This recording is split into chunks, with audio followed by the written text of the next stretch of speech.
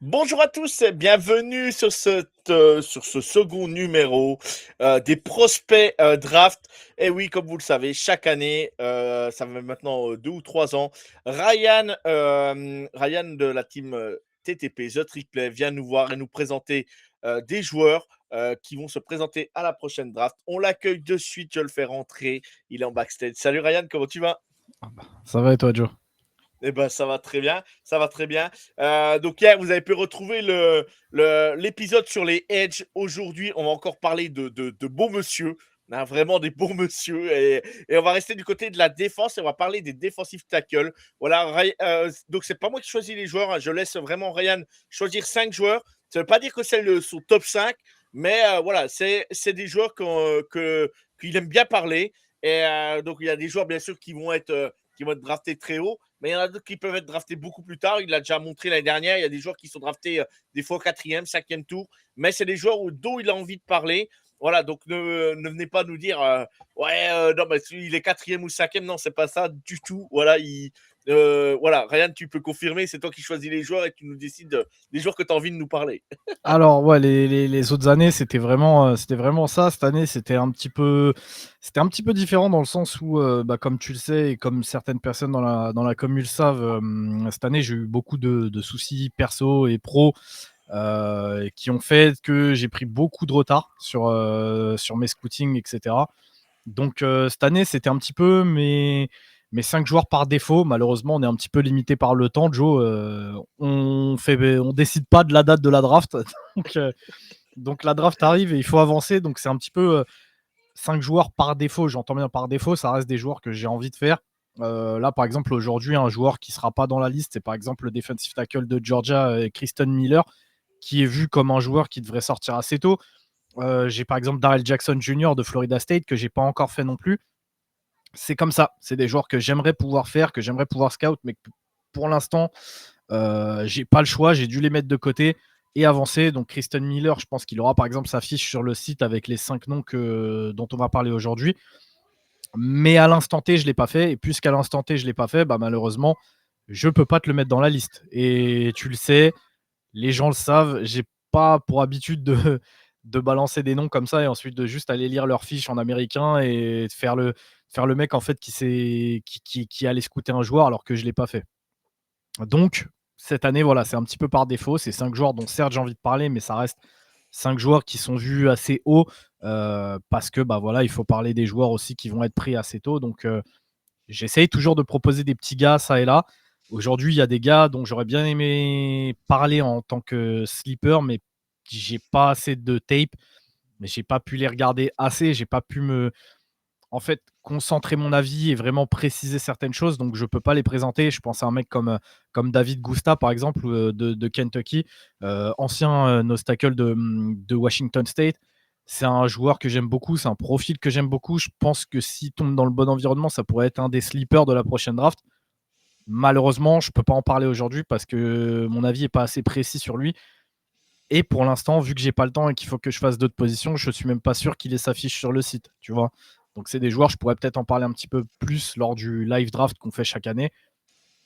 Mais là, pour un épisode où vraiment on essaye de prendre des prospects, en parler très en détail, malheureusement, ouais, ça reste un petit peu une liste par défaut de 5 noms, qui, ouais, malheureusement, aujourd'hui, on va voir, il y a beaucoup de noms qui sont vus assez tôt dans la draft et il n'y aura pas tant de sleepers que ça aujourd'hui, pour pas dire quasiment aucun. Peut-être un, parce qu'il a beaucoup déçu lors de son cursus, ce qui, je pense, va le faire chuter assez bas. Et donc, de facto, pourrait devenir un sleeper. Je pense qu'il aura une meilleure carrière en NFL que ce qu'il a eu à Clemson, s'il joue sérieusement, s'il s'entraîne sérieusement.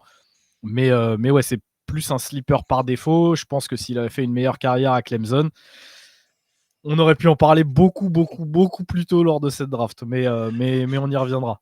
Voilà, Ryan, tout simplement, moi, c'est ça que j'apprécie avec Ryan, avec la team The Triplet. On s'invente pas une vie. Le mec qu'on n'a pas vu ou qu'on a vu que des highlights, on n'en parle pas parce que on se fait des idées. Bien sûr, ils les ont vus toute l'année, mais on s'invente pas une vie. On n'a pas vu, on n'a pas regardé les matchs, on n'a pas regardé tout ça, donc on va pas inventer quoi que ce soit en scouting. C'est ça que moi j'apprécie.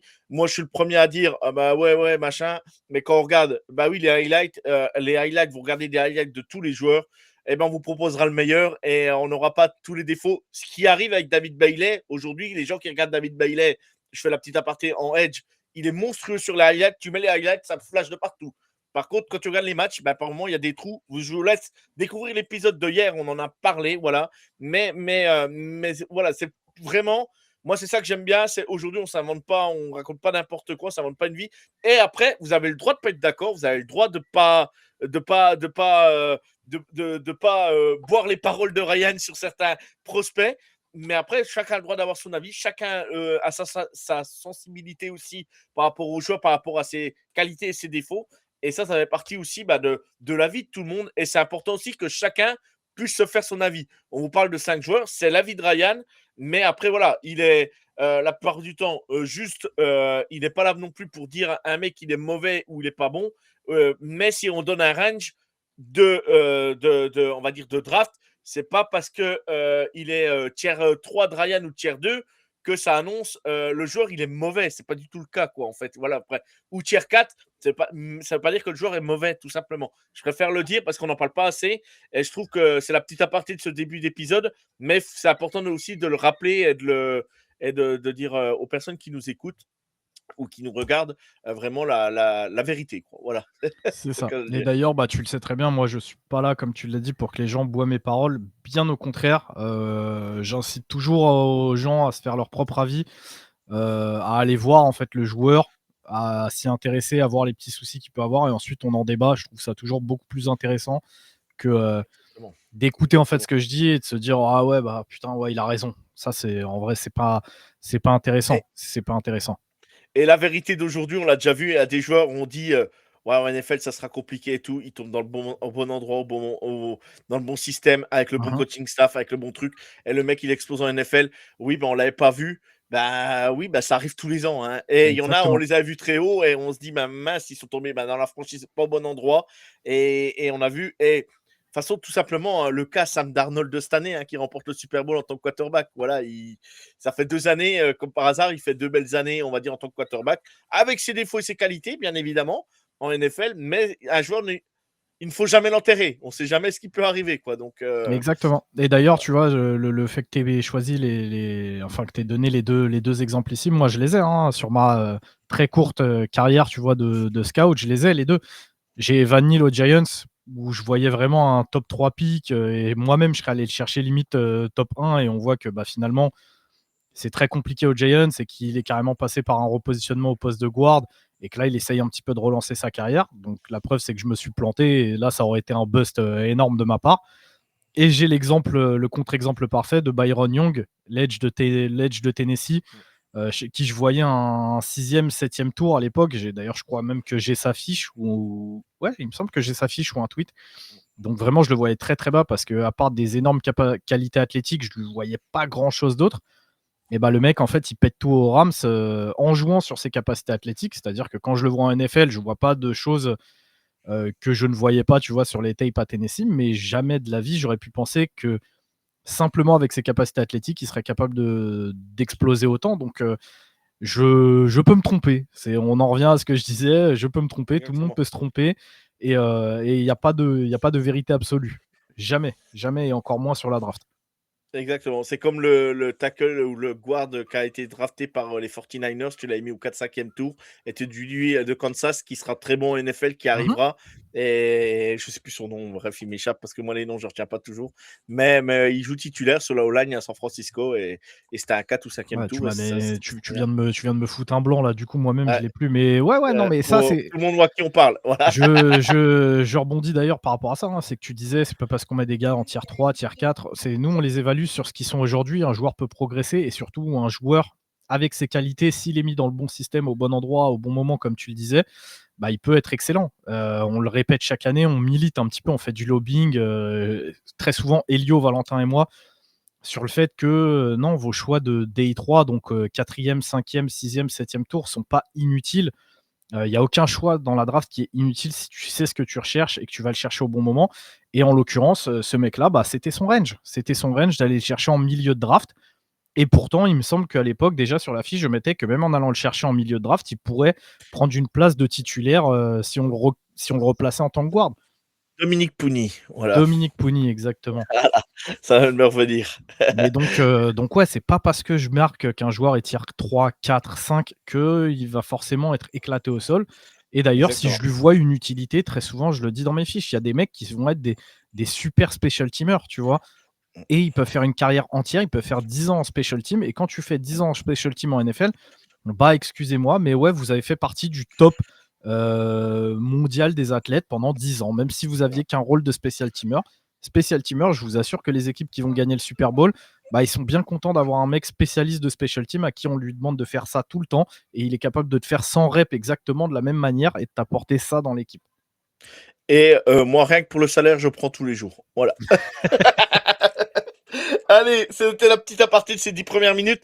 On rentre dans le vif du sujet, Ryan, et on va parler donc de nos prospects qu'on va présenter aujourd'hui. Et le premier, c'est Dominic Orange, le defensive tackle d'Iowa State. Voilà, donc un joueur qui a Iowa plutôt a fait une belle saison. Et déjà l'année dernière, ils avaient fait plutôt une belle saison. Et ben, ils ont surfé, on va dire, sur les qualités des joueurs qu'ils avaient. Et Iowa State qu'on avait un peu après les départs de l'après-Covid où ils avaient plutôt bien performé avec le quarterback qui est aux 49ers, pareil, Brock Purdy, pardon, et Brissy Hall, bien évidemment, qui était aussi. On avait sorti un petit trou et ça, le programme a plutôt bien rebondi. Et Dominique Orange en est la preuve aujourd'hui, quoi. C'est ça, c'est ça. C'est pour le coup, Dominique, c'est un de mes petits chouchous de cette draft. C'est pour ça que je te l'ai placé en premier nom de cette liste. Je suis pas loin de penser que c'est l'un des meilleurs prospects au poste de nose tackle de la prochaine draft. Dominic Orange, déjà, c'est un joueur qui, malgré un très jeune âge, il a 21 ans, il va sur ses 22 en mars prochain. Enfin, en mars prochain. Au moment où on dit ça, l'épisode sortira, je crois, en avril. Hein, donc, c'était plutôt en mars dernier. Donc, il vient d'avoir 22 ans. Donc, c'est un très jeune joueur. Malgré tout, il est extrêmement expérimenté. Il est titulaire depuis des années au milieu de cette défense d'Iowa State.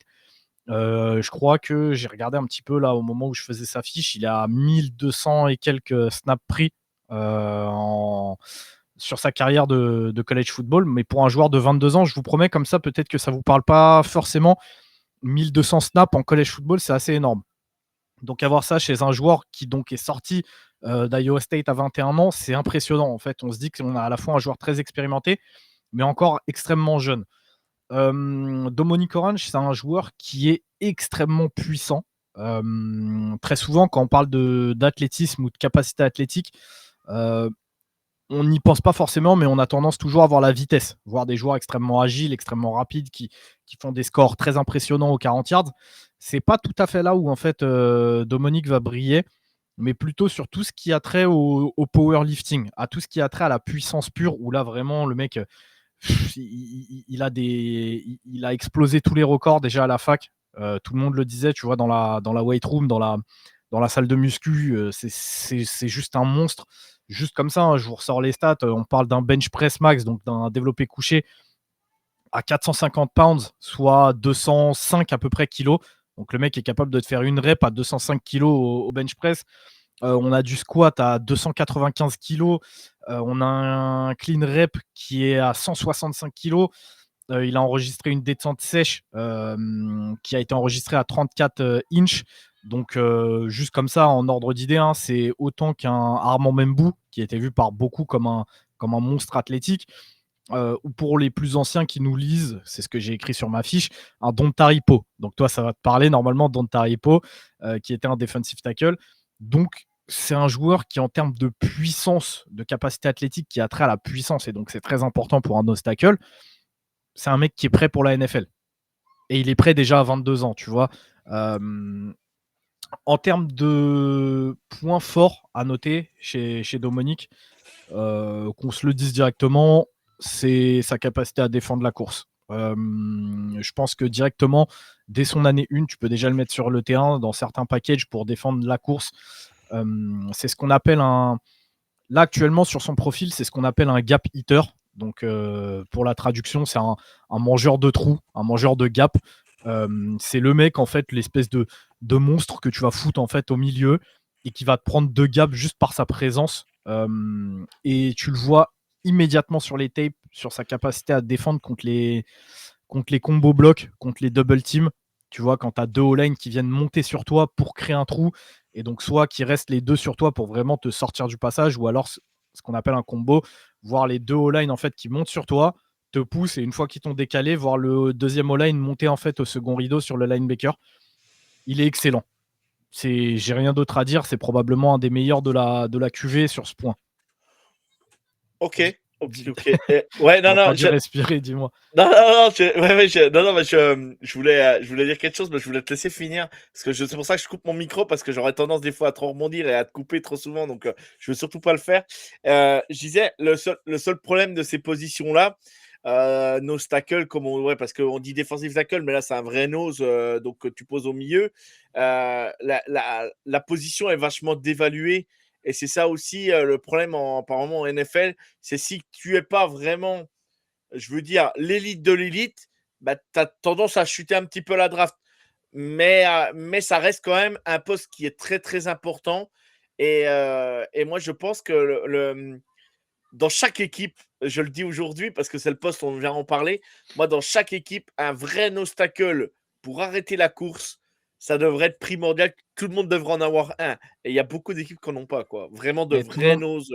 tout le monde en cherche. Et le problème, Ouais. c'est que, comme tu dis, en fait, ils cherchent vraiment l'élite de l'élite. Et justement, sur cette draft, je pense qu'il y a beaucoup de noms qui risquent de chuter. Déjà, rien que sur aujourd'hui, techniquement, sur les 5 noms que je vais te proposer, on a 4 nose tackle.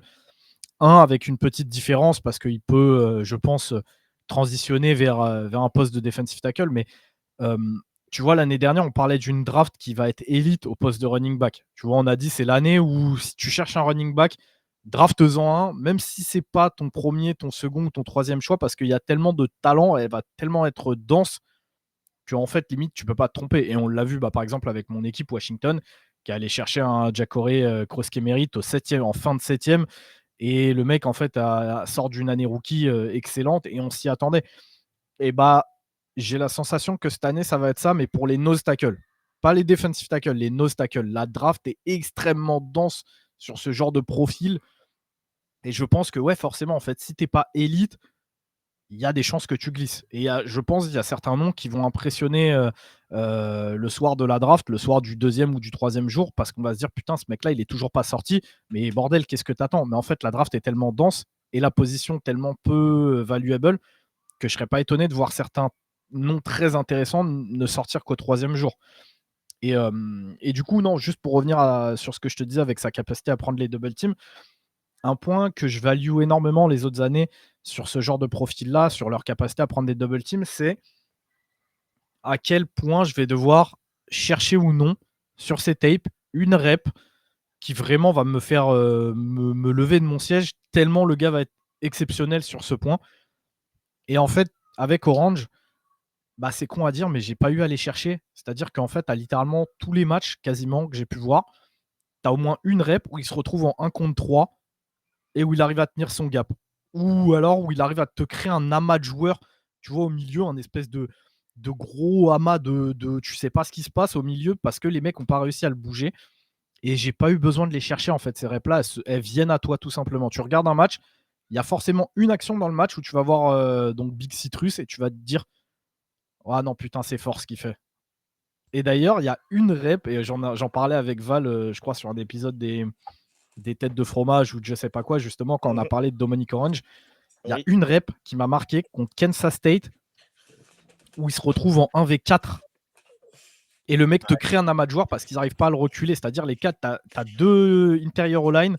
Je crois que tu as un fullback qui vient le taper et je crois que tu as un tight end qui était en espèce de pool ou je sais pas quoi qui vient se rajouter. En fait, tu le vois lui au milieu de 4 joueurs.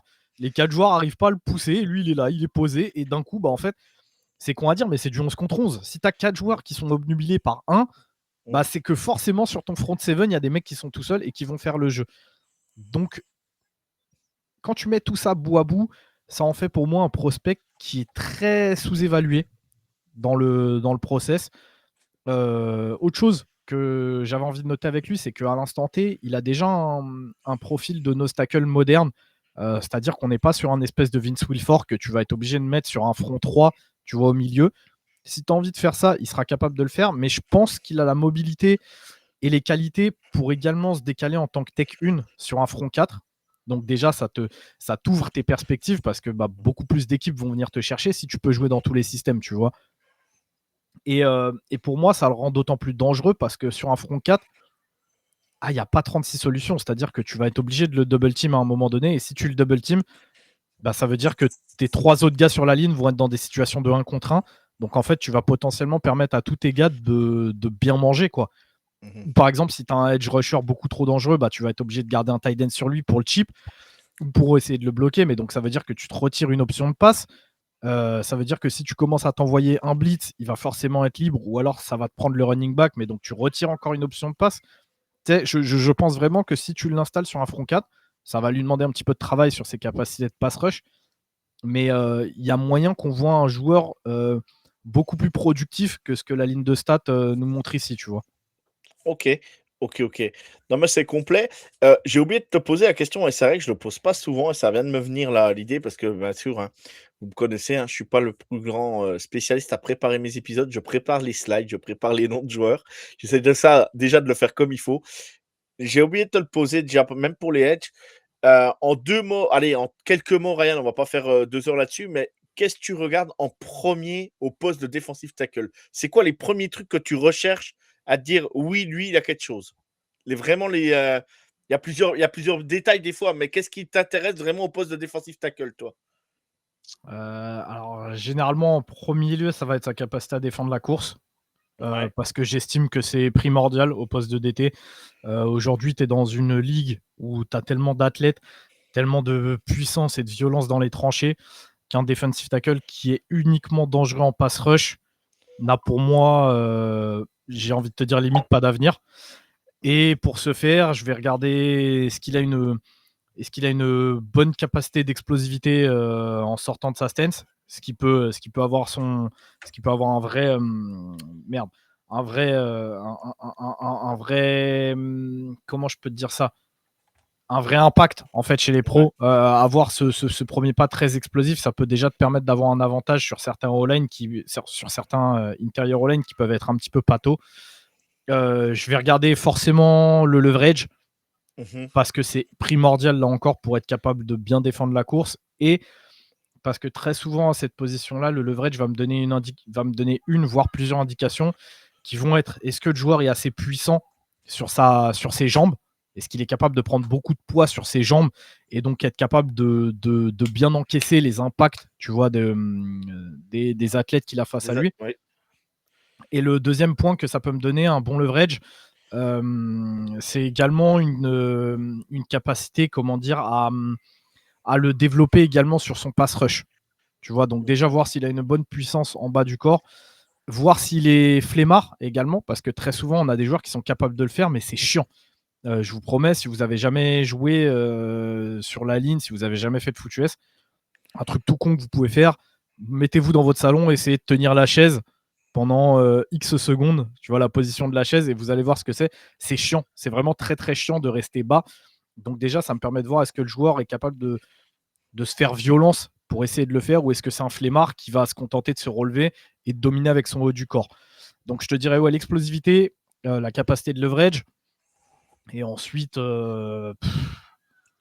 la séparation, peut-être le punch, la capacité à justement ne pas aller s'encastrer dans les intérieurs all line d'en face, parce que, encore une fois, si au niveau college football, avoir des capacités athlétiques bien plus importantes, et je t'en parlais grâce à l'explosivité sur son premier pas, tu peux être capable d'aller percuter en fait les all line d'en face avec ton épaule. Et d'ailleurs, c'est quelque chose que Dominique fait et que j'ai noté dans ses points faibles. Mais pour ça, il faudra aller lire ma petite fiche sur lui sur le site. Mais c'est quelque chose qu'il a tendance à faire. On a d'autres gars d'ailleurs dans ce top 5 qui ont tendance à le faire. Vraiment de partir, d'utiliser leur premier pas très explosif pour aller percuter un mec à l'épaule ou avec le coude, le faire reculer un peu, et c'est ça qui te crée en fait cette séparation. Ouais. Le problème, c'est qu'en NFL, ce sera pas le cas. Tu es face à des mecs qui athlétiquement sont aussi forts que toi et qui parfois techniquement sont très au-dessus de ce que tu vas affronter en college football. Donc j'aime voir justement cette séparation, et voir le mec être capable de développer ça pour ensuite soit faire du gap control ou aller faire le plaquage plutôt que des mecs qui vont taper à l'épaule, parce que très souvent en NFL, quand tu vas faire ça, le O-line, en fait, limite te ceinture, il t'attrape, t'es dans les tranchées, donc le holding sera jamais sifflé. Et en fait, ça y est, ta rep, elle est morte. Parce que même si tu es capable de boucher un petit peu ton trou avec ton corps, pareil, les running backs, c'est des athlètes qui sont très différents. Tu ne plaqueras jamais un mec sans tes bras ou en étant bloqué et essayer de l'attraper, tu n'y arriveras jamais. Donc, je te dirais, ouais, ces 3 points-là sur le poste de defensive tackle sont vraiment très importants pour moi. Ok, ok. Et moi, j'aime bien. Alors, vous allez me dire, il y a Elvin serait là, me dirait, mais pourquoi tu cherches un mec qui a un QI foot et tout? Moi, tous les postes, en fait, voilà, je pense que le QI foot reste important. Et en fait, moi, j'aime bien les mecs aussi qui vont, ils sont dans le rep, mais qui savent où ils sont et savent où est le ballon, quoi. Parce que t'as combien de défensifs tackles qui sont là, ouais, machin, et de ce coup, t'as le running back qui passe à côté, et ils sont à moitié encastrés, comme tu dis, comme des golemons, la tête baissée, et pris par ton line. Et moi, j'aime bien les tackles qui arrivent et puis qui font, qui voient ça, puis hop, qui viennent choper le running back, je veux dire, au dernier moment, et tu dis, purée, la rep, elle est énorme. Et ça, c'est vraiment ce que j'adore voir chez les, defensive tackles. Chez Non, les non, ouais, non, defensive mais c'est tackles. clair, c'est clair. Et c'est pour ça que je te dis que pour moi, ça reste important de créer cette séparation parce que, comme tu le dis, si tu es en fait encastré dans le O-line face à toi, très souvent, en fait, tu vois pas ce qui se passe derrière et tu ne peux pas lire le jeu tout simplement. C'est ça, c'est ça. Et là, alors, Dominique Orange, pour toi, ça sort Bon, suivant la draft, c'est jamais évident, mais il y a des possibilités qui sortent au premier tour ou pas? Non, je pense pas. Je pense pas Non. parce que malheureusement, il dispose pas d'une hype assez importante. Comme je te l'ai dit, on est sur un rôle de nose tackle assez pur, c'est-à-dire que même s'il a un rôle assez moderne, on restera sur un nose tackle. J'ai beaucoup de mal en fait à le voir faire une transition au poste de defensive tackle. Après, j'ai peut-être tort, hein, comme je t'ai dit, c'est un athlète qui est assez important. Je pense qu'en perdant un petit peu de poids, en s'affûtant un petit peu, ça pourrait être un joueur d'une toute autre qualité. Mais pour l'instant, je trouve que le travail qu'il va devoir effectuer pour transitionner vers ça est beaucoup trop énorme. Et en fait, limite, ça serait pas forcément le bon choix vu la capacité et le talent qu'il peut avoir en fait en tant que défenseur contre la course. Donc, avec ce profil-là, j'ai du mal en fait à le voir se glisser au premier tour, même si, pour être très honnête, il en aurait le potentiel. Tu vois, genre, honnêtement, je te dis, moi, tu as un besoin, tout ça, passer le top 25, tu vois. Tu vas Ok. chercher un Dominic Orange, moi, ça me ferait pas sauter Ouais. de mon siège, tu vois. Et, et si tu peux trouver vraiment ton ose titulaire pour les années futures, en plus en tant que, on va dire en tant que premier tour, en plus tu as la cinquième année en option, machin, tu as plein de trucs, plein de solutions que tu peux avoir, et tu as ton ose pour au moins pendant 5 ans. Ou 4 ans, hein, si tu le prends au deuxième. Mais déjà, c'est déjà hyper important. On le dit, hein, c'est un poste qui est dévalué, mais c'est tellement important en NFL, tellement Ça, important d'avoir son nose tackle. C'est et puis comme je te dis, en fait, la valeur qu'il peut avoir, c'est que s'il se développe sur son pass rush, tu es pas obligé de l'utiliser comme étant un nose au milieu de ta défense 34. Donc Mhm. sur tes packages de pass rush ou quoi, où tu pas tout à fait sûr que ce soit une passe, tu vois les 3 et 5, 3 et 4, où tu sais pas réellement, en fait, tu peux le garder sur le terrain. Donc ça te donne une force contre le run stop. Un peu à la manière de ce qu'avait fait Washington, tu vois, quand ils sont allés chercher donc une année Jonathan Allen et ensuite qu'ils sont allés chercher Mhm. un Daron Payne. Ouais, bien sûr. Maintenant, on l'a vu, Daron Payne, il a vraiment su s'améliorer sur son pass rush au point où aujourd'hui il joue limite Tech 3. Donc à voir, est-ce que Orange serait capable de se développer comme ça? Moi, je pense que c'est possible, mais qu'il y aura beaucoup de travail. Là, à l'instant T, en pass rush, c'est vraiment encore assez moyen. Donc c'est pour ça, je te dis, je pense pas qu'il sorte au premier tour. Ok. Maintenant, moi, je trouverais pas ça déconnant. D'ailleurs, j'ai mis une petite ligne en conclusion de la fiche par rapport à un mec comme Caleb Banks qui voit sa cote monter de fou. Donc, pareil, je vous laisserai aller la lire, mais moi, je suis assez haut en fait sur Dominic Orange. Genre vraiment, pour le coup, en termes de nose tackle pur, je suis très très haut. Ok, très bien. Eh ben, allez lire la fiche qui sera publiée bientôt sur le. Elle est déjà non, elle n'est pas publiée, lui, Bah je crois pas, hein. ça va dépendre de quand tu vas sortir l'épisode, mais il me semble que là, j'étais L'épis- sur. J'étais L'épisode sur sortira le le 9 avril, exactement. Bah, je crois que la fiche sortira sur la semaine d'après. Je sais pas Ah quand bah, exactement, mais la ouais, semaine d'après, la fiche OK. devrait sortir. Et bah, n'hésitez pas à surveiller très près et ça fait la promo. Allez sur le site The Trick Play FR pour lire les fiches draft de Kevin et Ryan cette année. Et puis, vous voyez, et puis n'hésitez pas à rebondir, n'hésitez pas à partager, n'hésitez pas à liker surtout. Et n'hésitez pas surtout à donner votre avis, même pour, ou des questions, même si vous avez des questions, pas directement donner son avis. Moi, ça m'arrive de poser plein de questions à Ryan, des questions peut-être que lui trouve bêtes, je sais pas, mais il me le dit à chaque fois, il n'y a pas de questions bêtes. Mais voilà, n'hésitez pas à aller poser vos questions et il sera tout content de vous répondre. Voilà, quoi qu'il arrive. Donc n'hésitez pas. On y va, on enchaîne Ryan. Je pense qu'on a fait assez long sur Dominic Orange et on va passer au suivant. Et le suivant, voilà. On y va, direction Clemson, direction la meilleure fac universitaire du pays. Bien sûr, je ne suis pas objectif, vous le savez très bien. Peter Woods, defensive tackle de Clemson. Donc, Peter Woods est un talent qui était attendu très haut à Clemson. Je vais clairement le dire. C'était vraiment un joueur qui était attendu plus haut que certains joueurs ces dernières années. Nous, on en attendait beaucoup à Clemson. On en attendait énormément. Il a déçu. Alors, Ryan m'a ouvert les yeux sur certaines choses aussi. Le problème peut-être du coaching staff aussi. On l'a vu avec TJ Parker. Si vous nous avez suivi un soir sur un live, Ryan nous a fait un petit scouting de 10 minutes, 15 minutes à nous raconter un peu les reps de comment c'était pris. Et du coup, voilà, il y a peut-être du coaching staff, il y a peut-être aussi du joueur qui n'a pas évolué aussi ou qui n'a pas voulu faire les efforts. Bref, moi, Peter Woods m'a déçu en tant que fan de Clemson cette année. Il me manquera quand même parce que je l'appréciais bien et c'était le joueur qui était vraiment bien aimé au programme. Mais voilà, Ryan, moi, je le laisse dire, je le laisse. Voilà, c'est pas une hate anti-Clemson et je le sais très bien. Donc, je vais le laisser présenter Peter Woods. Mais c'était quand même un talent à la hauteur donc, c'est pas le même poste, mais des Brian Breezy et tout ça qui était attendu très haut, ou des Miles Murphy qui a été drafté. Oui, c'est Miles Murphy qui était drafté au Bengals. C'est que moi, je disais jamais ça vaut un premier tour à l'époque. Et Brian Breezy, je l'avais dit fin de premier tour. C'est ce qu'avaient fait les Saints. Il l'avait pris fin de premier tour. Mais voilà, je te laisse présenter Peter Woods, Ryan. Ouais, bah écoute, tu as été assez clair sur le fait que ce soit une grosse déception pour toi en tant que fan. Moi, je vais même te dire qu'en tant que scout, ça a été une grosse déception parce que quand tu vois l'année sophomore qu'il a faite, moi, j'attendais de voir. J'attendais de voir la confirmation parce qu'il faut, en fait, il faut le noter. On a un avant et un après avec Peter Woods. Alors, encore une fois, l'année dernière, il y avait un autre contexte, avait d'autres joueurs à surveiller dans cette défense qui peut-être l'ont libéré de certaines choses. C'était aussi un petit peu la nouveauté. Ce qu'on dit, en NFL, on parle de. Tu as la rookie year qui très souvent est assez excellente. Et ensuite, tu as un petit peu le sophomore slump où en fait, là, tu es attendu parce que tu as tellement brillé que bah, maintenant, les gens t'attendent au tournant. Que les coachs ont un plan anti-joueur, tu vois, concerné.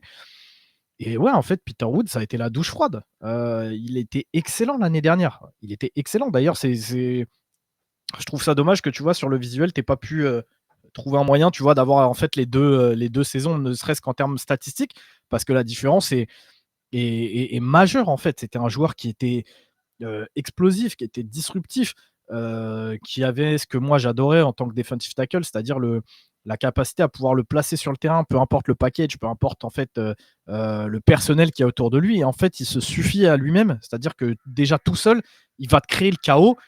Et en fait, derrière, tu as tes playmakers qui vont pouvoir aller au ballon. Tout ça, tu l'avais en fait. Et cette année, pas du tout. Cette année, pas du tout. Alors, comme tu l'as dit, est-ce que le coaching peut être mis en cause? Je pense que oui. Tu as une petite part de ça parce que je ne l'ai pas vu s'améliorer sur ses qualités, je ne l'ai pas vu s'améliorer sur ses points faibles. J'ai vu une utilisation où, je ne vais pas te mentir, il y a beaucoup de coachs de cordeau qui commencent à faire ça là, ces dernières années, à te foutre des defensive tackles sur l'edge. Mais bah ouais, c'est bien beau, mais c'est juste pas sa position. Donc en fait, tu profites de ses qualités sur certaines reps, mais sur d'autres, en fait, bah, tu n'aides pas le joueur en fait, à se développer, tu n'aides pas le joueur à se préparer à la NFL. Donc, est-ce que c'est un mélange de tout ça? Je pense que oui, mais en fait, ce qui en découle, c'est que Peter Woods a déçu. Peter Woods a déçu et Peter Woods, à mon sens, n'est pas prêt actuellement pour la NFL.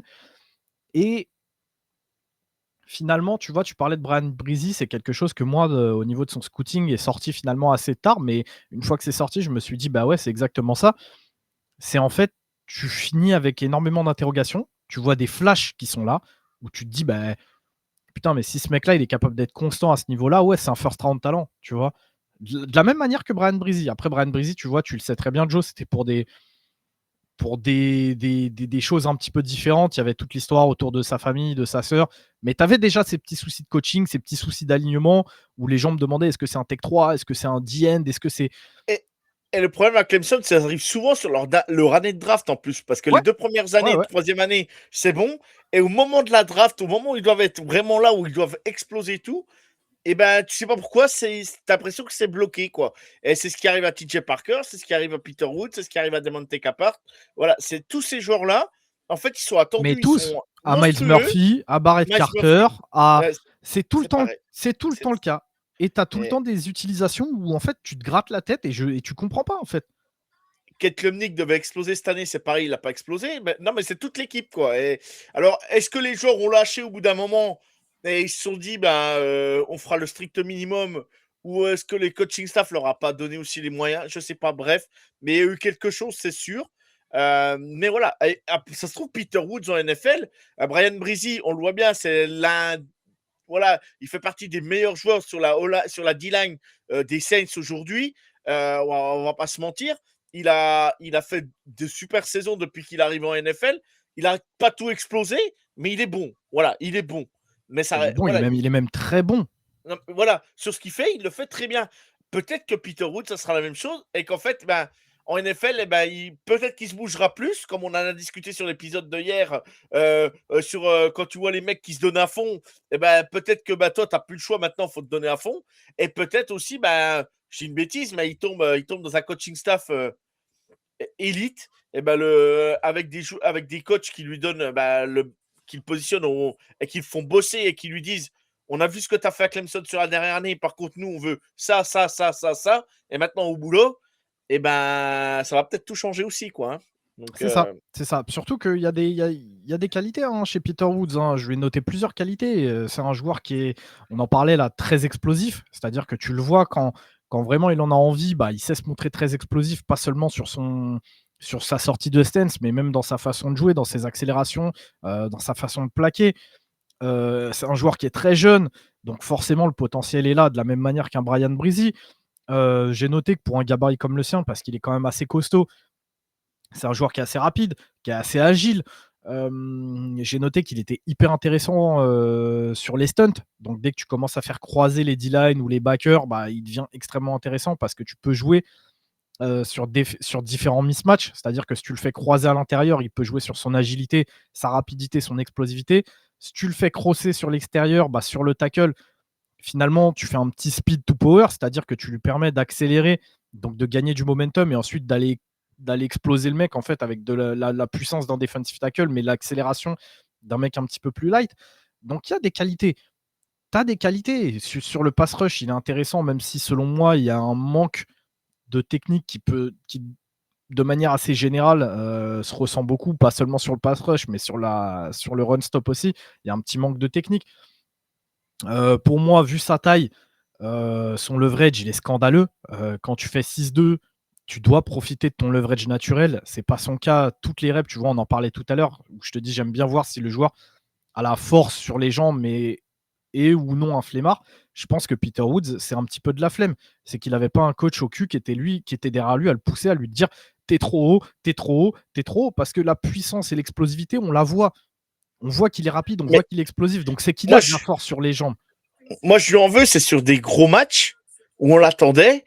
Il n'était pas là. Bien sûr, il allait dominer les mecs de Furman, il allait dominer les mecs de SMU, il allait dominer sans manquer de respect à SMU et tout ça. Par contre, premier match contre LSU, on est sorti du match avec Pierrot. On s'est regardé, donc pendant tout le trajet en rentrant, quasiment on n'a rien dit, parce qu'on était déçus malgré tout, même si on a vécu un bon moment. On est rentré avec Pierrot, on a bu notre café, on s'est posé, on a dit Ah, Peter Woods, qu'est-ce qu'il était décevant pendant ce match. On l'a Et, pas et vu, tu, quoi. et tu le sais, Et, c'est pas moi qui vais te et- dire le contraire. La ligne de LSU était catastrophique. non, non, mais. Mmh. Et alors, il y a eu des choses de créer par moment parce que Nussmeier était obligé de partir sur le côté et tout. En plus, c'était le premier match de la saison, donc tout n'était pas au point et tout des deux côtés. Mais Peter Woods, ça s'est enchaîné au courant de l'année, alors que l'année dernière, lui, et je le dis, et je le répète, lui et TJ Parker, l'année dernière, ont tenu Clemson. C'est pour ça qu'on a été même en playoff et tout ça, et qu'on remporte la SEC miraculeusement l'année dernière, et qu'on a gratté notre ticket pour les playoffs, c'était grâce à eux en défense. Mais cette année, ça a été je vais pas dire le néant, je vais pas en arriver jusque-là, mais Non, mais ils c'était auraient dû décevant. mieux faire, quoi. Décevant, voilà. Et ça fait partie de la vie aussi, hein, ça fait partie de la vie d'athlète. Par moment, bah, tu te trous, tu te loupes. Bah, après, il ne faut pas t'étonner si tu es drafté un peu plus bas que prévu que le consensus. Et il y en a plein de joueurs en NFL où on dit, ah lui, il a fait des belles premières années ou deuxième année plutôt correctes. Bon, il surfe sur la hype. Et on arrive au process draft, on arrive le jour de la draft, bah, il n'est pas sorti. Ouais, il n'est pas sorti le deuxième jour. Et d'à cause de tout le coup, bah, tu te dis, ouais, il va descendre jusqu'à où? Bah ouais, mais à un moment donné, mec, même si le coaching staff n'est pas performant ou quoi que ce soit, bah, à un moment donné, tu dois montrer, il y a combien de joueurs où le coaching staff n'est pas bon, mais il y a des joueurs qui flashent, il y a des joueurs qui sont là et qui Mmh. explosent tout, quoi. Et t'as pas besoin d'avoir. Il suffit que tu fasses ton boulot, quoi. Point barre, quoi. C'est ce que j'ai C'est envie de ça. dire, quoi. Et le problème que j'ai moi avec Peter Wood, c'est que justement, je lui ai noté dans ses points faibles, j'ai trop de jeux off sur les tapes. J'ai trop de jeux où en fait il s'en branle et où il se déchire pas. Et ça, c'est une grosse différence. Tu vois, on parlait de Brian Breezy, c'est quelque chose où Breezy, je l'avais pas. Breezy, en termes de mentalité, il était exemplaire, il se la donnait tout le temps. Donc, ah ouais, des fois, il se faisait défoncer, des fois, il se faisait ouvrir en deux, mais il se tuait sur un terrain. Il y avait très peu de jeux off, et généralement, les jeux off, c'est quand il était fatigué. Peter Wood, c'est pas ça. Peter Wood, c'est juste que, bah, comme tu dis, sur certains matchs, les SMU, les Furman, tout ça, bah, en fait, il voit qu'il peut les dominer sans s'arracher, donc bah, c'est ce qu'il fait.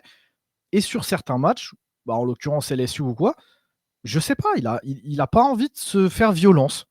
Il pense qu'il va réussir à dominer avec ses qualités. Et ça, je suis désolé, c'est pas possible. Quand Mais tu cherches à aller chez les pros, ça arrive dans tous les sports, hein. Les mecs qui n'ont pas envie de se faire mal. Au ouais, soccer, c'est pareil, t'as pas envie de te faire mal, bah, tu joues au ralenti, quoi. Et il y et en a ouais, combien d'athlètes comme ça? et j'ai un vrai souci avec ça au niveau de Peter Woods. Donc maintenant, comme je le disais, bah, il y a des manques de technique, leverage, footwork, un déséquilibre. Oui, il y a un manque de coaching au niveau de Clemson parce que, comme je te disais, bah, le fait de l'aligner face à des tackles, ça lui permettait en fait de se reposer sur sa puissance. Donc, comme je te disais, en fait, un tackle de college football qui fait face à un top defensive tackle, bah ouais, il manque de puissance et généralement, c'est comme ça qu'il les battait. Inversement, quand il le faisait jouer à l'intérieur de la ligne, il profitait de sa vitesse, de son accélération face à des intérieurs O-line de college football. Mais le problème, c'est qu'une fois que tu arrives en NFL, tu n'es pas prêt. C'est-à-dire que tu vas manquer de vitesse si on a envie de te faire jouer de la même manière face à des tackles, ça ne marchera plus. Et tu manques de puissance, tu manques de technique pour te battre contre les double teams, ce genre de choses-là. Donc à l'intérieur, ça risque d'être très compliqué pour toi aussi. Donc, bah, finalement, Peter Woods, c'est un joueur qui est encore très brut, qui est pas prêt pour la NFL selon moi, mais voilà, il a du potentiel. Donc, est-ce que tu vas le chercher sur son potentiel en te disant je vais avoir le Peter Woods que j'avais sur sa deuxième année, sur son année sophomore? Et auquel cas, si tu vas le chercher au premier tour, je peux comprendre, mais je suis pas très très fan. Donc pour moi, ça sera après le top 20 par exemple, et ça sera pas dans tous les systèmes parce que pour moi, il y a des vraies limitations. Ou est-ce que tu comptes avoir le Peter Woods de cette année? Et si c'est le cas, bah, les mêmes questionnements que j'avais avec Brian Breezy, tu vois, l'année de sa draft, où je te disais, bah, pour moi, non, deuxième ou troisième tour, tu vas pas le chercher. Donc il va falloir voir. Qu'est-ce que tu values le plus? Moi, je pense, connaissant un petit peu la NFL, connaissant euh, l'importance des capacités athlétiques et de l'upside, du potentiel, je pense qu'il partira en fin de premier. S'il part pas en fin de premier, il y a une équipe qui va se frotter les mains et qui va le récupérer au deuxième tour. Mais faites attention parce que les médias vous le vendent comme un top defensive tackle. À l'instant T, pour moi, on n'y est pas. Sur le papier, il pouvait y être. Mais Bien voilà, sûr, moi mais qui à l'ai vu jouer l'instant toute T, l'année, voilà, c'est. Et on a beau dire, regarde la saison d'avant ou machin, on en a déjà discuté. Hein, voilà, vous sentez ma séance psychologie en ce moment avec Ryan. Euh, mais moi, je suis déçu parce que je l'adore. En plus, c'est un mec que j'adore. Voilà, et c'est des joueurs. moi, je le dis clairement, ils vont me manquer à Clemson parce que je m'étais attaché à ces joueurs-là et ça fait 4 années qu'on les voit. Et voilà, voilà, je les ai vus en vrai, je les ai vus passer devant moi, voilà, Ah, à ouais. 2 mètres de moi et tout. Donc, on s'attache à eux. Et voilà, Kate Conley, c'est pareil, il me manquera énormément. Mais Peter Woods, voilà, et ça ne veut pas dire qu'il explosera pas en NFL. Ça se trouve, il va tout exploser. Mais à un moment donné, je pense qu'il faut qu'il tombe au bon endroit. Si tu lui, je pense que c'est le joueur, si tu n'es pas derrière, c'est vulgaire ce que je veux dire, derrière ses fesses, voilà, on va le dire plutôt plus poliment, si t'es pas derrière ses fesses en permanence, c'est le mec qui va se dire nonchalant, il Ouais, y a les mecs à côté, je pense aussi. voilà. Je Moi, pense que c'est c'est vraiment ça, moi. c'est ce que je te disais, pour moi, c'est ce qui lui a manqué à Clemson. Pour moi, vous l'avez un petit peu trop brossé dans le sens du poil et ce genre de mec-là, en fait, tu peux pas te permettre de faire ça, ne serait-ce même qu'une saison. Il va falloir qu'il ait un mec derrière lui qui le pousse au cul. Comme je disais, faut qu'il y ait un C'est mec ça. qui le pousse au cul et si possible que vous ayez un mec dans la room au même poste, un defensive Ouais, tackle vétéran, établi. C'est un mec, il pourra pas le prendre de haut et qui lui dit mon exactement. pote, c'est pas comme ça. Et vas-y, Mm, bouge-toi parce que mm, là, tu es en train de me rendre fou en fait. Et que le vétéran, il exactement. soit là, à le prendre par la main et à lui dire gros, c'est ça qu'il faut faire. Si tu veux avoir une carrière en NFL, vas-y, vas-y, vas-y, cravache, cravache, cravache, t'as pas le choix. Ouais. Une carrière en NFL, ça dure en moyenne 5 ans. Mon pote, si tu as envie de percer, faut bosser. C'est maintenant, c'est maintenant. Et Exactement. ça me fait penser un peu à. Alors, je sais plus c'était à quel joueur. C'est J.J. Watt. Un jour, il parle. Donc, pas TJ, hein, J.J. Watt, qui était aux Cardinals. Et qui dit aux joueurs, il lui dit regarde, aujourd'hui, tu n'as pas le droit de faire ça à l'entraînement. Aujourd'hui, tu as l'entraînement, tu dois boum, tu dois bastonner, tu dois être à fond, tu dois être à fond en permanence. On ne peut pas se permettre d'avoir un coéquipier qui fait la moitié des choses. Et ça m'a toujours marqué. Et quand c'est un joueur comme J.J. Watt, J.J. Watt qui te le dit, tu te tais, quoi. À un moment donné, tu te tais, quoi. Surtout au Cardinals, voilà, à Ouais, l'époque carrière qu'il avait, bien j'ai pas sûr. besoin de présenter qui c'est. Voilà, à un moment donné, tu te tais, quoi. Si tu es vraiment et que tu n'as pas un ego surdimensionné et que tu es intelligent dans ta tête, tu vas te dire, ouais, il a quand même pas tort, faut que je l'écoute, là, quoi. Donc, C'est ça. voilà. Donc maintenant, à voir si Woods pourra progresser, tu vois, mentalement sur ce point. Moi, je pense qu'il va lui falloir un vrai cadre. Mm. Donc potentiellement, ouais, vous pouvez récupérer un super joueur. Mais potentiellement, je vous le dis, ça sent pas bon. Peter Woods, ça sent pas bon. Moi, s'il sort 25-30, je ne serais pas choqué. Entre Moi 25 non et plus. 32 au premier tour, je ne serais pas choqué. Moi non On le plus. voit de plus en plus. Par contre, voilà, il y a au début du process draft, comme on va l'appeler, c'était un joueur qui était attendu dans le top 15. Hein. Voilà, faut être clair. Hein. C'est Donc, ça. bref, ça C'est ne sera ça, pas c'est le ça. cas cette année. Alors, s'il y en a une qui va le chercher dans le top 15, bah, j'espère que les gars, vous serez aptes à le faire progresser. Voilà. Il ne faudra pas venir taper, dire ouais, Peter Woods, voilà. Ryan vous l'avez dit. Allez, on enchaîne et on passe au prochain.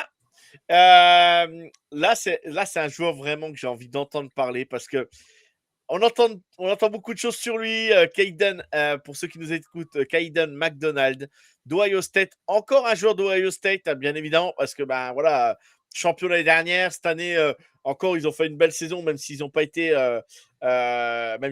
au bout cette année. Ils n'ont pas pu défendre leur titre, mais ils ont quand même fait une belle saison. Voilà, c'est un joueur.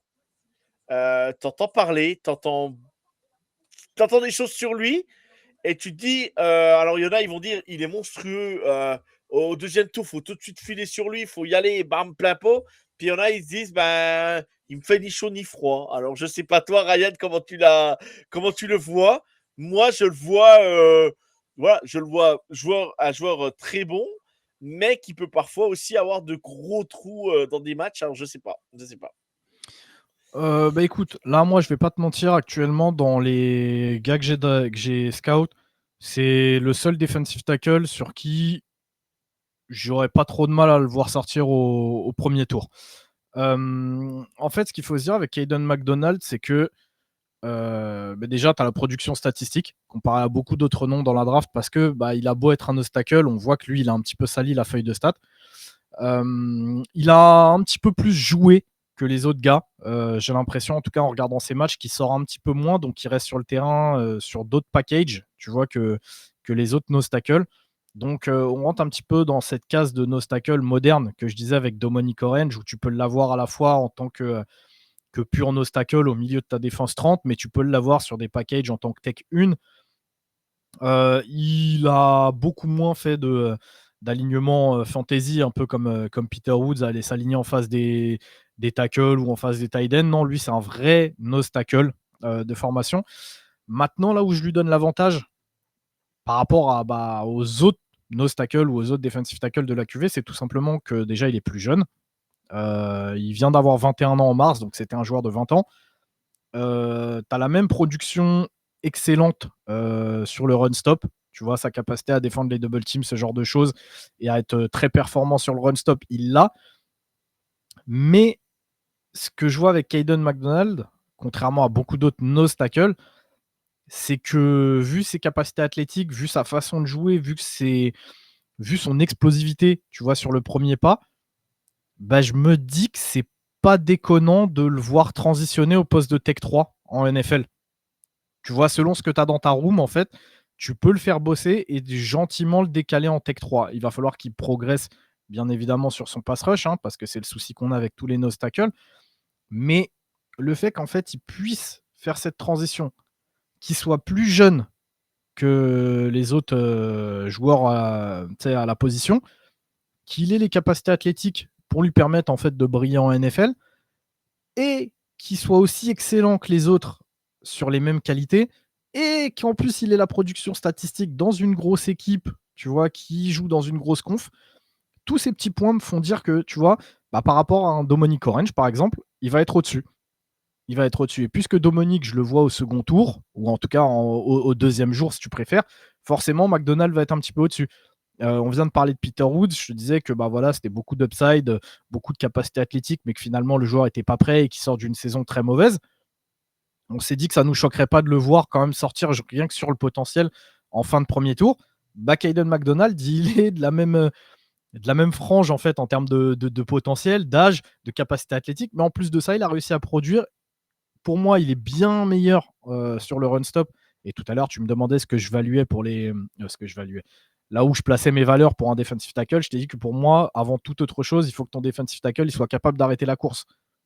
Ça, il l'a. Il est excellent, en fait. Il est limite au même point que les autres nose tackle de la QV, sauf qu'en plus, il a cet upside de pouvoir dire je peux jouer dans tous les packages et potentiellement, je peux faire une transition vers un poste de defensive tackle.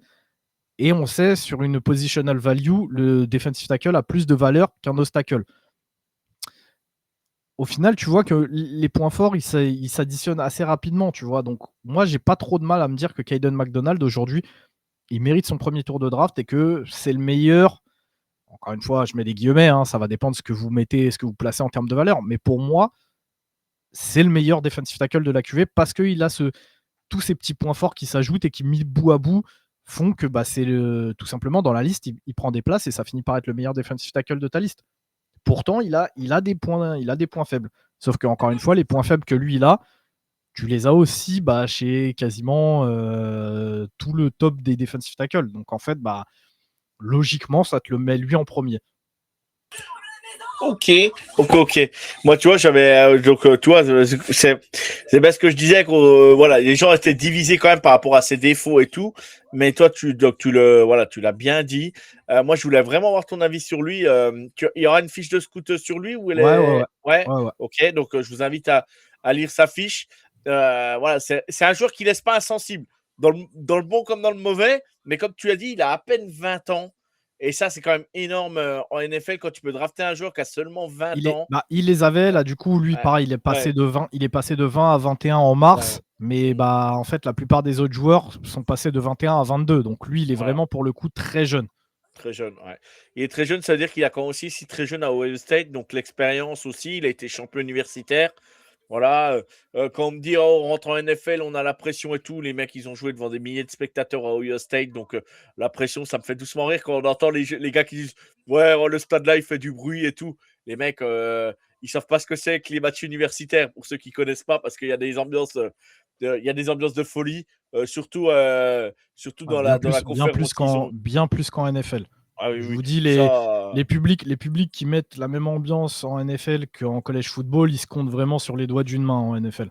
Exactement, exactement. Et moi, voilà, j'ai pu le voir, puis je le découvre de toute façon chaque week-end. On voit bien voilà, c'est un truc de sauvage, hein. Toi, tu es fan d'LSU, tu vas à LSU à Bâton Rouge. C'est voilà, l'ambiance, elle est dingue, tu vois. Tu vois, tu prends South Carolina, tu prends, voilà, je prends des équipes de sec, mais tu prends Ohio State, tu prends Oregon. C'est vraiment voilà, c'est des programmes, des gros programmes d'universitaires, mais qui ont des ambiances. C'est une folie, quoi. C'est une folie pure. Penn State qu'on n'aime pas, c'est une ambiance de folie. Texas A&M, voilà, c'est des ambiances de fou. Alors c'est pour ça qu'un jeune joueur comme ça, la pression, ça va lui glisser sur les épaules. Hein. C'est pas un problème. Hein. C'est pas un problème. Voilà. C'est ça. Après, du coup, Joe, pour Caden, il y a 2 points que j'ai notés qui devraient te faire plaisir parce que je sais que toi, c'est quelque chose que tu values énormément. Tu en parlais d'ailleurs tout à l'heure, la vision de jeu, donc ce que toi tu appelles le QI football, mais là, moi, je veux vraiment resserrer ça sur la vision de jeu, la capacité à suivre le ballon, qui est vraiment excellente chez McDonald's. C'est d'ailleurs pas pour rien si tu regarderas la plupart des vidéos, même les highlights, hein, du coup, tu peux regarder vu qu'on parle d'un point fort.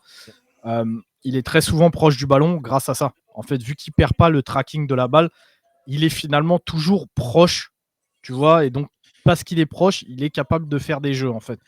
Donc déjà, tu as ça, je sais que c'est un point que toi, tu aimes beaucoup. Mm. L'autre point que tu aimes beaucoup et qui moi aussi, je place beaucoup de valeur là-dessus, c'est ses poursuites. En fait, il est fait quasiment systématiquement, il est fait toujours sérieusement, c'est-à-dire que même quand le ballon il est assez loin, tu le vois vraiment faire un effort. Alors je te dis pas que c'est un full sprint, hein, Non, mais bien mais évidemment, il faut voir le Coco que c'est aussi à un moment c'est ça, donné. mais il jogue pas. Tu sais, il fait pas son petit jogging dominical. Il jogue bien, tu vois, il le fait Ouais. sérieusement. S'il voit qu'à un moment donné, le porteur ou quoi ralentit, pareil, il va être capable d'aller finir le jeu. C'est quelque chose qui fait beaucoup. Donc, ces 2 points que j'aime énormément. Maintenant, il y a 2 points où vraiment j'ai un souci. Son leverage pour un defensive tackle où je vais placer beaucoup d'importance dessus, comme pour Peter Woods, parce qu'en fait, c'est des mecs qui finalement sont relativement petits. Ils sont à 6-2, là où la plupart des gars sont à 6-3, 6-4. Quand tu es à 6-2, tu peux pas te permettre de jouer aussi haut parce que justement, tu as un leverage naturel qui devrait te permettre de dominer encore plus. Et là, on le voit, lui, il a les stats. Il a dominé tout au long de sa carrière. Donc, tu te dis que s'il est capable de bosser sur son leverage et d'être encore un petit peu plus bas, il pourrait être d'autant plus dominant. Donc, c'est vraiment quelque chose qui est gênant.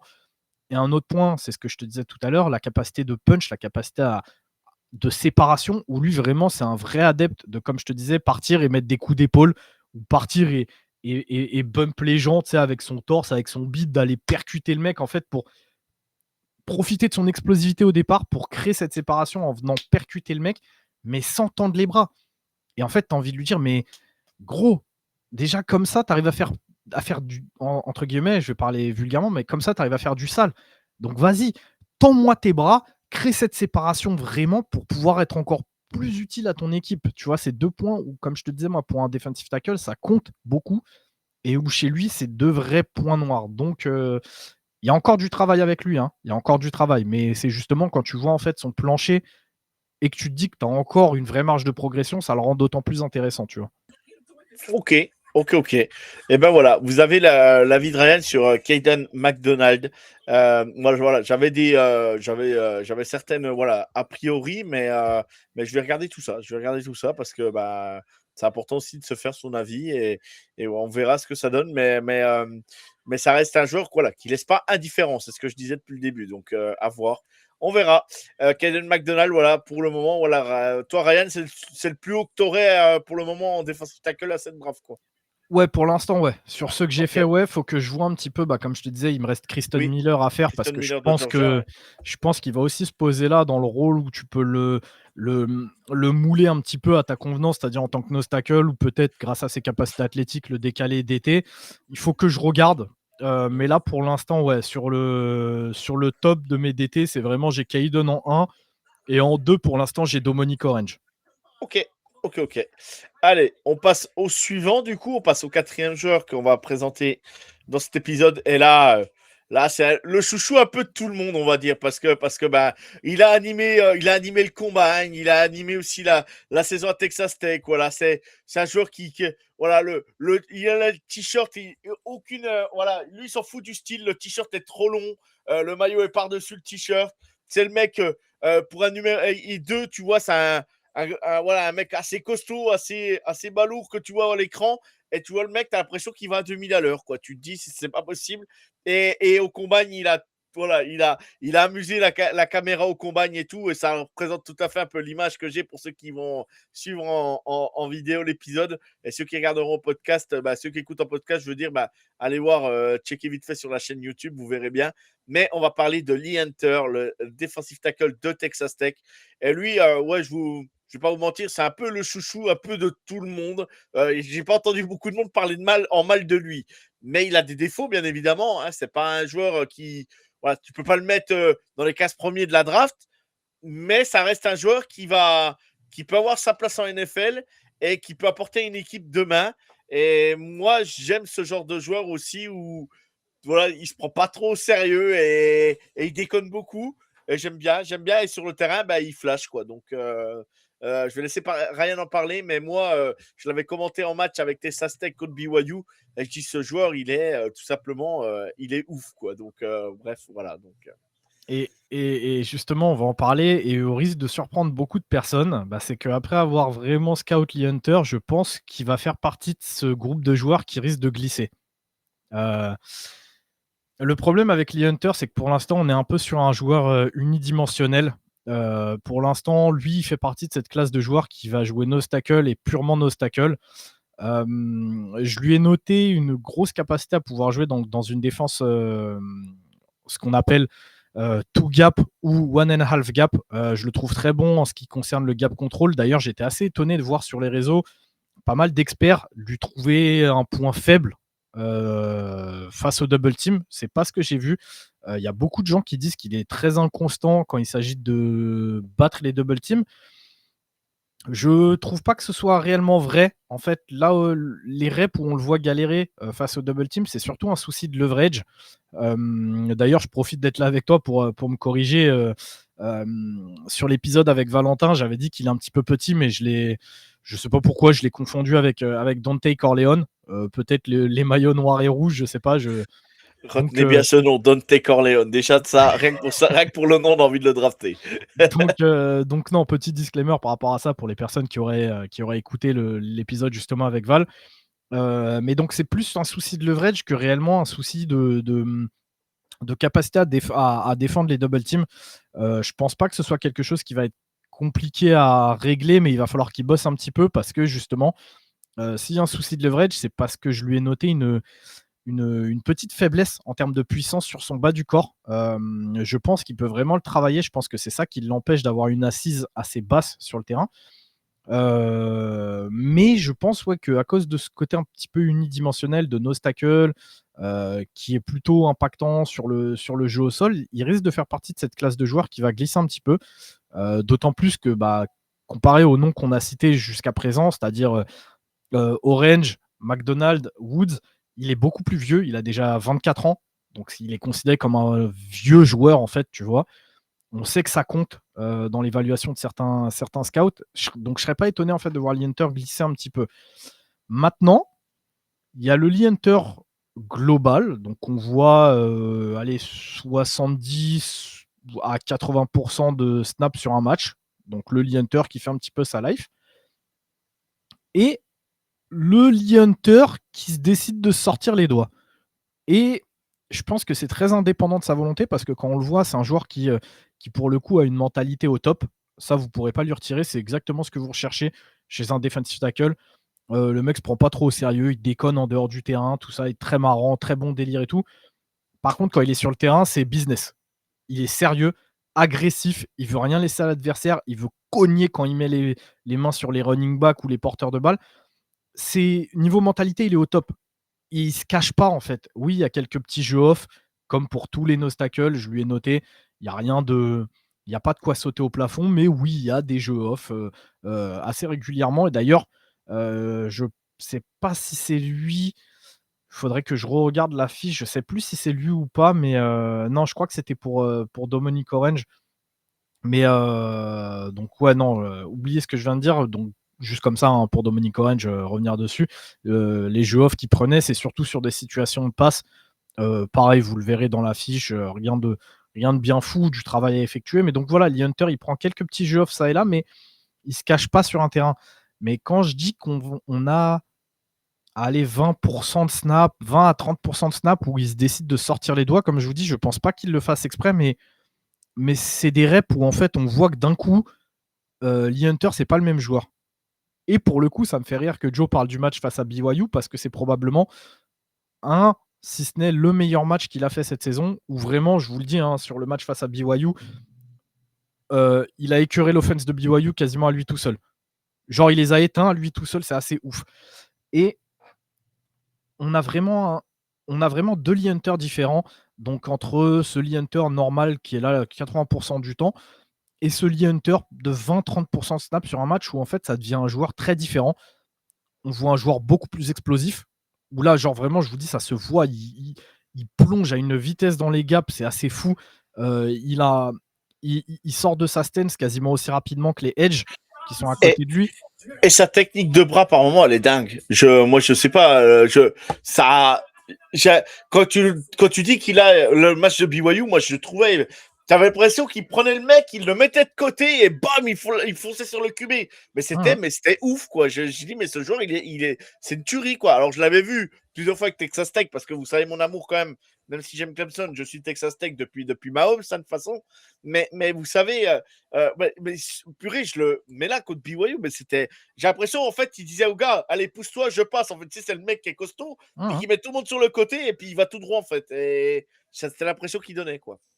Ah ouais, non, mais clairement, comme je te dis, pour moi, c'est l'un de ses meilleurs matchs cette année. Et comme je t'ai dit, si ce n'est le meilleur. Et vraiment, il y a ce petit côté Dr. Jekyll et Mr. Hyde avec Lee Hunter. Et quand vraiment on a face à nous Mr. Hyde, bah en fait, je vous dis, c'est pas le même joueur. C'est-à-dire qu'on passe d'un joueur qui a une très bonne capacité à défendre deux gaps à un joueur qui, 80% du temps, n'est pas assez explosif pour jouer du one gap. Et bah quand il est sur ces 20% là, je vous dis, il se transforme. Et en fait, on se dit clairement, bah s'il pourrait jouer dans un one gap, tellement il fonce dans les trous, il est explosif.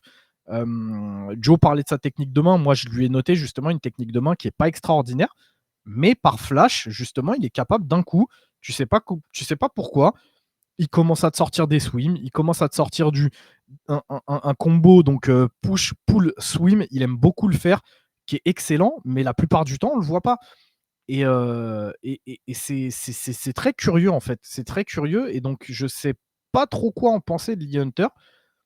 Parce que si en fait 80% du temps il montre une chose et que seulement sur 20% il est capable de montrer autre chose, je suis pas sûr que la NFL lui accorde tant de valeur que ça vu son âge en fait. Un joueur de 20, 21 ans, 22 ans qui fait ça, je vous aurais dit il part dans les 2 premiers tours. Là, j'en suis pas sûr. J'en suis pas sûr. Et il le ferait tout le temps, de toute façon, il Ah serait bah pas au niveau là. s'il le faisait tout le temps, il aurait été top 15 comme on C'est parlait tout ça. à l'heure de Peter Woods. C'est ça. Donc oui, il y a des stats, il y a des flashs extrêmement sympas, mais comme je vous disais en début d'épisode, il faut regarder des matchs complets. Enfin, comme Joe vous le disait plutôt, il faut regarder pas seulement des highlights, parce que si vous regardez les highlights, vous allez vous faire une idée du joueur qui sera pas tout à fait réel. Et dans les faits, Lee Hunter, il y a des vrais trucs à travailler. Joe disait tout à l'heure qu'il est capable de foncer en un éclair et qu'il est rapide sur un terrain et tout. Mais comme je vous dis, c'est sur ces 20%-là, parce que le reste du temps, finalement, j'ai trouvé que Lee Hunter, il était assez pâteau. Très souvent, quand il se déplace, on a l'impression, vous savez, de voir un espèce de gros monsieur ou un enfant éléphant. C'est-à-dire que vous le voyez bouger, il a boum, boum, boum, boum. Et il n'est pas super rapide, il n'est pas extrêmement agile, il n'a pas une vitesse latérale excellente. C'est-à-dire que tant que le jeu se passe entre les deux tackles, donc dans la tackle box, il est capable de faire le jeu. Dès que ça commence à passer à l'extérieur, finalement, on voit que c'est assez limité. Et on sait qu'en NFL, ça va plus vite, qu'il y a des meilleurs athlètes, des meilleurs running, des meilleurs O-line. Donc ouais, je pense que Lee Hunter, malgré toutes ses qualités, malgré le petit capital sympathie qu'il peut avoir, finalement, il ne fit pas tant que ça avec ce que la NFL moderne recherche. Et avec son âge, j'ai peur qu'il glisse un petit peu. Après, c'est comme on vous le disait en introduction, c'est pas parce que je le vois glisser un petit peu et avoir des vraies limitations que ça ne veut pas dire qu'il sera incapable de faire une très grande carrière. Moi, je pense le contraire. Je pense que l'équipe qui va le récupérer, si elle est assez intelligente et si elle sait ce qu'elle veut en faire, de par sa mentalité, de par son envie, de par ce qu'il montre, je pense qu'il va faire une longue carrière.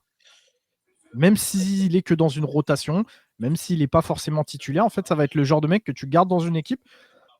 Et je sais pas, moi, dans 3-4 ans, on va le voir à 28, 29 ans, prendre une place de titulaire sans faire de bruit, mais faire ses matchs. Donc à voir. Moi, en tout cas, ouais, c'est un joueur que j'aime beaucoup. Et si vous avez des besoins en nose tackle plutôt, parce que j'allais dire en intérieur D-line, mais je suis pas sûr qu'il soit capable de faire cette transition au poste de Tech 3, donc plutôt sur un poste de nose tackle. Ouais, à partir du troisième tour, c'est pas déconnant. C'est pas déconnant et je pense qu'il peut avoir un vrai impact dans une rotation. Ouais, parce que là, sur les mocks, il y en a beaucoup, ils le mettent 45, 50. Moi, voilà, s'il sort entre allez, la 75 et 100e place, je me dis ça, c'est un range correct pour lui. Mhm. C'est très bien. Et déjà, quand tu es drafté dans les 100 premiers de la draft, déjà, ça donne déjà une valeur d'une personne. Donc, je pense que Ouais, c'est la ça. valeur d'un joueur. Donc, C'est ça. c'est pas dénigrer le joueur. C'est à un moment donné, il faut donner à peu près un range. Moi, je me dis, voilà, deuxième tour. Voilà, je me dis alors, fin de deuxième tour, ou alors entre 3, dans le troisième tour, entre 63 ou 64 à 100, je me dis, c'est à peu près son range. Et ça me Ouais, paraîtrait c'est ça. Moi, correct, si, quoi. moi, si tu Ça me me paraîtrait demandes, correct. ouais, je te dirais ouais, fin de troisième. À partir du milieu du troisième, je serais pas étonné. On est sur sa valeur. Quatrième, je commencerai à me dire que c'est un bon petit style, tu vois, parce que je pense que Ouais, tu as gagné beaucoup de valeur si tu es capable de le récupérer au quatrième. bien sûr. Maintenant, s'il part un petit peu plus tôt au deuxième, je serais étonné, parce que je me dirais que sur ce que moi j'ai vu, je suis pas sûr qu'il vaille un deuxième tour, mais je pourrais le comprendre. Le mec est tellement, en fait, le mec a tellement une bonne mentalité, ça se voit que c'est un bon gars que Exactement aussi. bah, je peux comprendre, en fait. Tu vois, je peux comprendre l'équipe qui me dit, écoute, j'ai un mec qui a peut-être pas un potentiel dingue, mais il a un très bon plancher. Il va être capable de prendre des reps en année 1. Il sera capable de m'apporter quelque chose sur ma D-line. Bah, entre lui et un autre, écoute, j'ai fait des interviews individuelles avec lui. Bah, ça s'est super bien passé. J'aime bien le gamin. Bah, je vais le prendre lui plutôt qu'un autre. Je vais pouvoir le Exactement. comprendre, mais je serais étonné. Exactement. Moi, je disais, voilà, c'est les interviews qui peuvent faire foi et le faire changer, l'upgrader un petit peu à la prochaine draft. Voilà, c'est ce que Mhm. je voulais dire. Ce que je voulais dire. Ok, très bien. Voilà, on était complet sur l'Inter. On va passer au dernier joueur que l'on a présenté ce soir. Et un second joueur de Clemson incroyable, Devontae Capart. Alors, Ryan m'en parle depuis l'année dernière. Il a même fait un petit scouting choix d'avant-saison. Je crois qu'il en avait parlé. Ou ouais, Mhm. je ne sais plus si ça a fait le scouting, mais je crois que tu avais posté quelque chose sur lui. Voilà, c'est un joueur. Voilà, moi, je le sais, ses limitations. Je sais exactement qui était Devontae Capart. Mais par contre, ce qu'on ne peut pas lui reprocher, c'est que c'est un joueur d'équipe et mentalité pour moi irréprochable. Alors, je ne sais pas ce que toi, tu as observé, Ryan, mais moi, c'est ce que j'ai pu observer. Ce que j'ai de le connaître et de le voir à chaque match. Voilà, c'est la mentalité qui était exemplaire de Devontae Capart, quoi qu'il arrive. Bah, déjà, moi, ce que je lui ai noté, c'est l'une des plus grosses capacités à défendre la course de toute la draft. Qu'on se le dise, pour moi, il est à peu près au rang d'un Dominic Orange. Tu vois, genre vraiment, pour moi, c'est un des meilleurs run stoppers de la QV. On a fait on a fait une grosse parenthèse Clemson avec Peter Woods tout à l'heure pour parler un petit peu de l'utilisation de certains joueurs, d'un coaching qui n'est pas forcément excellent, de joueurs qui peuvent être décevants. Bah, en fait, des Monte Cape Art, c'est clairement ça. Pour moi, c'est un joueur qui aurait dû exploser bien plus tôt.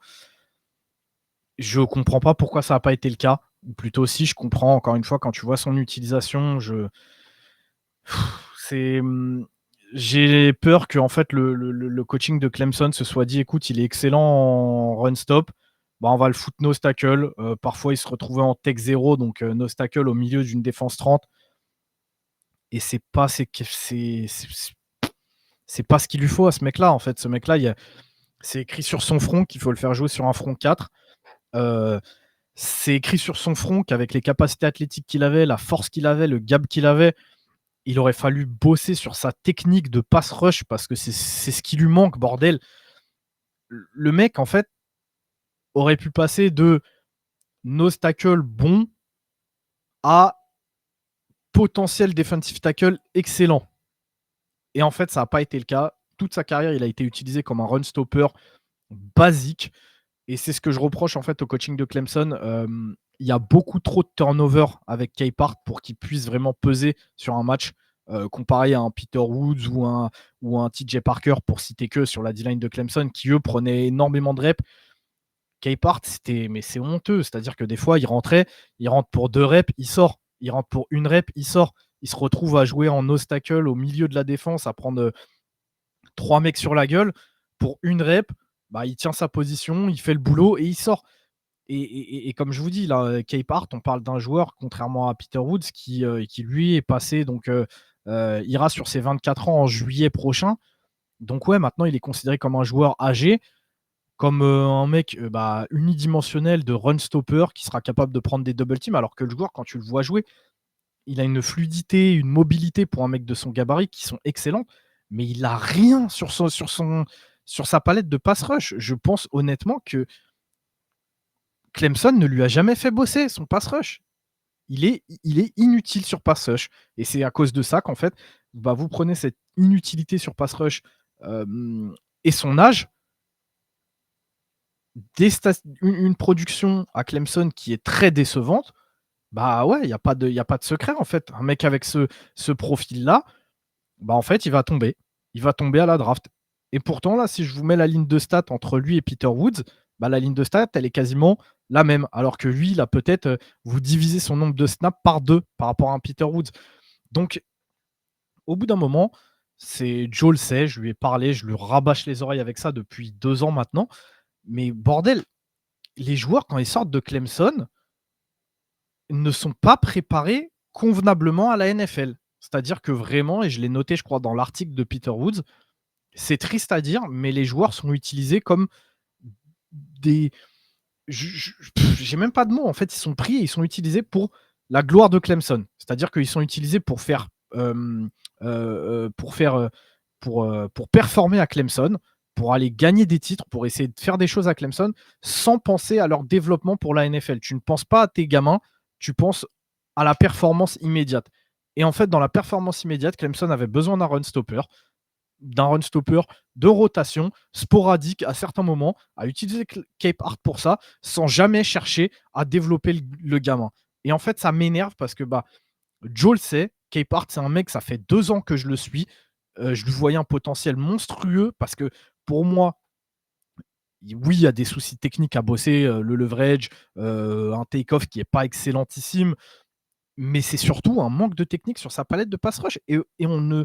Je pense, encore une fois, je ne suis pas dans le coaching staff, je ne suis pas à tous les entraînements, mais je pense que ça n'a pas été bossé. Parce qu'un joueur qui bosse des techniques, tu l'aurais vu l'essayer. Tu le verrais essayer plus de choses que ce qui est là. Et là, vraiment, c'est de la domination bête et méchante, quoi. Le mec fait que du bull rush tout le temps, tout le temps, tout le temps. Et c'est chiant, en fait. C'est chiant. Parce qu'il a tellement de qualité que tu aurais pu développer. Et aujourd'hui, en fait, le mec va se présenter en NFL à 24 ans avec un profil unidimensionnel. Et je suis pas sûr, en fait, qu'aujourd'hui, il y ait une équipe NFL qui va chercher à le développer. Alors, c'est triste à dire, j'espère que oui. On en parlait tout à l'heure avec Lee Hunter, où même des joueurs un petit peu âgés peuvent se développer sur le tard. Mais voilà, j'ai peur qu'en fait, l'étiquette qui a été collée à Capehart, ils ne puissent pas s'en détacher, en fait, tout simplement. Et j'ai peur que même Capehart, en fait, tout simplement, se dise que il a été drafté grâce à ça. On lui a fait jouer ça pendant 3 ans à Clemson. Donc, en fait, le jour où tu as un mec qui va chercher à le développer, il va voir que le mec se fait dominer aux entraînements et se fait casser la gueule aux entraînements et que ça ne marche pas, qu'il ne prend pas de reps sur ses premières années. En fait, le mec risque de se décourager, de se dire, mais en fait, je comprends pas pourquoi on me demande de faire ça alors qu'on m'a jamais demandé de le faire à Clemson et que c'est grâce à ce que j'ai fait à Clemson que j'ai été drafté. En fait, tout peut vite aller, quoi. Donc je suis très déçu, très énervé à propos de Clemson sur le non-développement de certains joueurs et c'est pas de la faute de Capehart. Je continue de mettre une énorme valeur à Capehart en day 3. Donc malheureusement, maintenant j'en parle comme d'un joueur de 3e jour. Mais je pense qu'il y a une équipe qui va faire une super affaire en allant le chercher, même si ce n'est que pour être un run stopper sur un front 4, le faire jouer en tech 1 parce que je pense qu'il a vraiment ce potentiel moderne, à minima, de se développer en tant que Tech 1, même s'il se développe que très peu sur son pass rush. Bah, il restera nose tackle toute sa carrière, alors que pourtant il avait le gabarit pour être un super defensive tackle Tech 3. Mais écoute, maintenant il faut faire avec ce qu'on a, et avec ce qu'on a, bah, je me dis qu'on va essayer de le développer en tant que nose tackle sur un front 4 en tant que Tech 1. Je pense qu'il pourra avoir un avenir radieux à cette position. Et voilà, j'espère pas que l'équipe qui va le drafter va le mettre sur un front 30, parce que j'ai beaucoup de mal à le voir exister en tant que tel, surtout face à des interior O-line de calibre NFL. Ok, bon bah c'est complet. Hein. Moi je vais pas rajouter quelque chose voilà sur Damonte Capart. Voilà je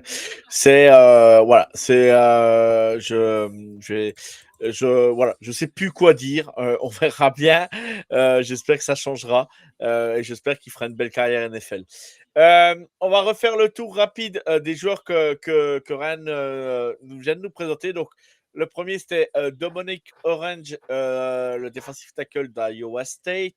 Ensuite, on a parlé de Peter Woods, defensive tackle donc, de Clemson. Caden McDonald d'Ohio State. Lee Hunter de Texas Tech. Et Damonte Capart de Clemson. Ryan, eh ben, on va conclure l'épisode. C'est encore un bel épisode sur les defensive tackles et les beaux monsieur. Donc prochain épisode, bon, voilà, vous verrez qui on présentera, ça sera une surprise. On va laisser le doute planer comme ça. Ryan, je te souhaite en tout cas une belle journée, une bonne journée pour ceux qui ont écouté le podcast. Merci à toi, merci encore d'avoir pris le temps. N'hésitez pas à aller follow Ryan Scoot sur Twitter. N'hésitez pas aussi à aller donner de la force à la team The Trick Play, le site internet, lire les fiches de scouting, bien évidemment. Et n'hésitez pas à faire votre tour, poser des questions, alimenter aussi la page de Ryan pour montrer que nous, en France, aussi parler foot américain aux Américains, clairement. Parce que, voilà, on voit des petits moments, les Américains qui osent dire des choses ou qui viennent sur la page de Ryan balancer des absurdités. Parce que là, c'est même pas des débats, là, c'est carrément, tu connais rien, voilà, en gros. Donc voilà, Ah donc oui, n'hésitez bah pas. ça à chaque année, mais bon, comme je t'ai dit, Ouais, je m'en occupe plus. Je m'en occupe exactement, exactement. Donc on va conclure l'épisode là-dessus. Je vous souhaite une belle journée, une bonne soirée. Que Dieu vous garde, car moi j'ai pas le temps. Et vive le college football, quoi qu'il arrive. Ciao tout le monde, à bientôt.